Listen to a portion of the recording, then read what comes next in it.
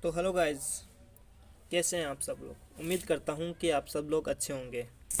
आज हम नया टॉपिक लेके आए हैं पशुपालन से संबंधित। वो है हमारा पशुपालन से संबंधित प्रमुख क्रांतियाँ। पशुपालन में कौन कौन सी क्रांतियाँ हुई उनके बारे में हम चर्चा करने वाले हैं। तो आज इसी के बारे में चर्चा होगी विस्तार से। तो नंबर 1 पर आती है हमारी श्वेत क्रांति, जिसका संबंध अपन देख सकते हैं कि सीधा सीधा दुग्ध उत्पादन से है। श्वेत क्रांति का श्वेत क्रांति का संबंध दुग्ध उत्पादन से है और श्वेत क्रांति का जनक वर्गीस कुरियन को माना जाता है, जिसकी स्थापना श्वेत क्रांति की स्थापना 1970 के अंदर कर दी गई थी। आगे हम बात करते हैं कि श्वेत क्रांति में कौन कौन से जो अपनी संस्थान है उनका योगदान रहा है। तो सबसे पहले नंबर पर आता है हमारा NDDB, national dairy development board, राष्ट्रीय डेयरी विकास बोर्ड, जिसकी स्थापना 1965 के अंदर कर दी गई थी, जो कि गुजरात, आनंद नगर गुजरात के अंदर स्थित है। दूसरी अपनी संस्थान आती है वो है हमारी ICDP, intensive cattle development programme, समन्वित मवेशी अनुसंधान परियोजना। इसकी स्थापना 1964-65 में कर दी गई थी। फिर इससे अगली संस्थान आती है ICDC, इंडियन डेयरी कॉरपोरेशन, भारतीय डेयरी निगम, जिसकी स्थापना 1970 के अंदर कर दी गई थी। अब आगे हम पढ़ते हैं श्वेत क्रांति से संबंधित महत्वपूर्ण बिंदु।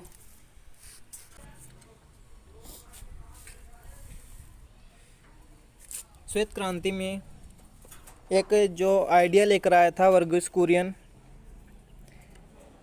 वो बिलियन टन आइडियाज़ के नाम से प्रसिद्ध है कि दुग्ध उत्पादन है वो कौन से पैमाने पर किया जाएगा, उसके बारे में बिलियन टन आइडिया लेकर आए थे वर्गीस कुरियन। और एक ऑपरेशन शुरू हुआ जिसका नाम है ऑपरेशन फ्लड, जिसकी शुरुआत 3 चरणों में हुई। पहला चरण अपन देखते हैं तो 1970 से 80 तक चला, वो कि 10 साल। फिर इसका दूसरा चरण आता है जो कि 1981 से 1985 तक 5 सालों तक चला। फिर इसी का तीसरा चरण आता है 1986 से 1995 तक, जो कि 10 साल चला। इसी के अंदर सर्वाधिक विकास देखा जा सकता है। दुग्ध उत्पादन में सर्वाधिक विकास तीसरे चरण में सबसे ज़्यादा हुआ।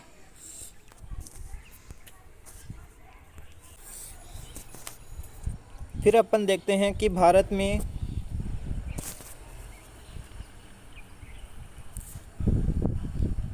भारत में 1998 में दुग्ध उत्पादन की दृष्टि से प्रथम स्थान पर रहा। भारत विश्व में 1998 में सर्वाधिक उत्पादन किया, जो कि आज तक पहले नंबर पर ही आता रहा है। उसके बाद पहले नंबर पर ही आ रहा है।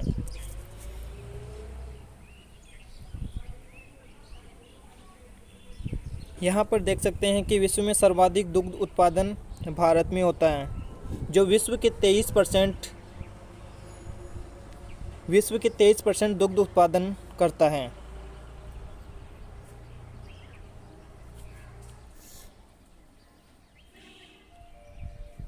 विश्व में कुल दुग्ध उत्पादन 887 मिलियन टन होता है, जिसमें से भारत में दुग्ध उत्पादन 221 मिलियन टन होता है। अगर हम भारत में बात करें तो सबसे ज़्यादा दुग्ध उत्पादन की बात करें तो वो राजस्थान में होता है। और भारत में सबसे ज़्यादा दुग्ध उपलब्धता की बात करें तो वो है हमारा पंजाब। इसके बाद देखते हैं कि विश्व दुग्ध दिवस, जो कि 1 जून को मनाया जाता है। वहीं अगर हम दूसरी तरफ बात करें तो भारतीय दुग्ध दिवस की बात करें तो वो 26 नवंबर को मनाया जाता है। इससे आगे हम बात करते हैं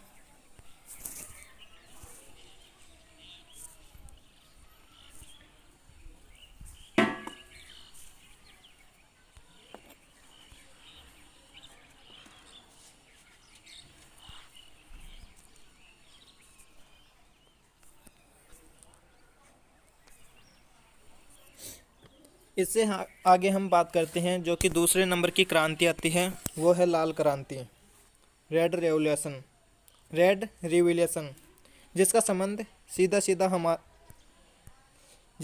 सीधा संबंध मांस उत्पादन से देखा जा सकता है।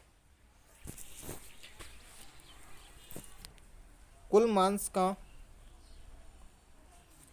मांस उत्पादन का भारत तीसरे नंबर स्थान पर आता है, जबकि विश्व में केराबीफ के स्थान पर देखें तो अपना भारत पहले स्थान पर आता है। और केराबीफ के बारे में बता देता हूँ कि केराबीफ भैंसे का मांस होता है। भैंसे के मांस को केराबीफ कहा जाता है। आगे हम बात करते हैं, भारत में सर्वाधिक मांस उत्पादन महाराष्ट्र में देखा जा सकता है। अगर हम राजस्थान के संदर्भ में बात करें तो राजस्थान में सबसे ज़्यादा मांस का उत्पादन जोधपुर में होता है। और पशु उत्पादन में सबसे ज़्यादा प्रोटीन जो कि मांस में पाया जाता है। हम देख सकते हैं कि पशु उत्पादन जो भी होता है उसमें प्रोटीन पाया जाता है, जैसे दूध में प्रोटीन पाया जाता है और मांस में भी पाया जाता है। तो सबसे ज़्यादा प्रोटीन मांस में पाया जाता है, दूध में थोड़ा बहुत कम पाया जाता है। अगर हम मांस निर्देशालय की बात करते हैं तो हैदराबाद तेलंगाना के अंदर स्थित है। आगे हम बात करते हैं मांस के बारे में। सबसे पहले हम बात करते हैं कि मांस जो कि बछड़े का मांस होता है उसे व्हील कहते हैं, बकरी के मांस को चेवन कहते हैं। फिर अगर हम बात करते हैं मटन के बारे में तो वो भेड़ का मांस होता है। गाय के मांस के बारे में बात करें तो उसे बीफ कहते हैं। और भैंस के मांस को वफन कहते हैं। और आप पहले पढ़ चुके हैं कि भैंसे के मांस को केराबीफ कहते हैं। इसके बाद सुअर के मांस को पोर्क कहा जाता है। दोबारा से देख लेते हैं, भेड़ के मांस को व्हील कहते हैं, बकरी के मांस को चेवन कहते हैं, भेड़ के मांस को मटन कहते हैं, गाय के मांस को बीफ कहते हैं और भैंस के मांस को वफन कहते हैं। भैंसे के मांस की बात करें तो उसे केराबीफ कहते हैं और सुअर की बात करें तो सुअर के मांस को पोर्क कहते हैं। आगे हम बात करते हैं, अपने तीसरे नंबर की क्रांति आती है, वो है रजत क्रांति, सिल्वर रेवोल्यूशन, जो कि हमारी अपनी अंतिम क्रांति है। इसका संबंध देखा जा सकता है अंडा उत्पादन से। इसका संबंध अंडा उत्पादन से देखा जा सकता है। सर्वाधिक अंडा उत्पादन के बारे में बात करें तो वो आंध्र प्रदेश में होता है। और उपलब्धता की भी बात करें तो वो भी आंध्र प्रदेश में होता है। अगर हम अंडा उत्पादन से बात करें तो अंडा उत्पादन करने के लिए पोल्ट्री यानी कि मुर्गी पालन करना पड़ता है, आप सभी को पता है। तो आज के लिए इतना ही। आगे हम बात करेंगे नेक्स्ट टॉपिक के साथ नेक्स्ट वीडियो में। तो अगर आपको ये वीडियो अच्छा लगा हो तो लाइक करो, शेयर करो और जाते हुए इस चैनल को सब्सक्राइब भी करते हुए जाना।